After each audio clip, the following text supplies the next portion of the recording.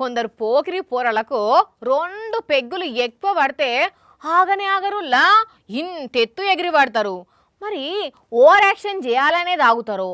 ఆయన తాగినాకనే over action పెరుగుతుందో తెలియదు కానీ లేనిపోని పనులు ముంగటేసుకొని పెంట పెంట చేస్తారు. ఈడ చూడుండ్రి, కొందరు బద్మాష్ పొరలు తాగి రోడ్డు మీద పోతూ పోతూ ఎంత పని చేసిర్రో. నీ చేతులకు రేగ్గంప కొట్ట, నీ కండ్ల కారం కొట్ట, నీ తలకాయనెత్తిన పేన్లు వడ ఏం ముట్టిందిరా గోసిగా ఉత్త పున్నాను కురుకొచ్చి ఉత్తగా శాండేసి పెట్టిన బండిని అంతగానం వెనక గుంజి అట్లా పడేస్తేవి. అగ చూడండి, ఈడున్న బండిని రోడ్డు మీదకి గుంజుకపోయింది కాక ఇంకోవంతోని బండిని తీసుకుపోయి రోడ్డు మీద వేయమని ఎట్లా చెప్తున్నాడో. ఈ తాగుబోతు గోసిగా తక్కువ తాగితే ఏమైందిరా, అట్లా ఎల్లెలు కలవాడుతున్నావు? బండి లేపలేనోనివి దాన్ని గుంజుకపోయి అసొంటే ఏమేస్తావురా? అట్లా నీ బండి ఒక్కటేనా అంటే ఇంకో బండిని కూడా చూడండి ఎట్లా కింద పడేసిండ్రో. మెంటల్కి ఇట్లా లేచిందా రా దీడ్దమాగాన్లారా? అట్లా నీ బండ్లనేనా అంటే ఆగ చూడండి అడుదిక్కుపోయి షటర్కి ఎట్లా రాలిసిరిండ్రో.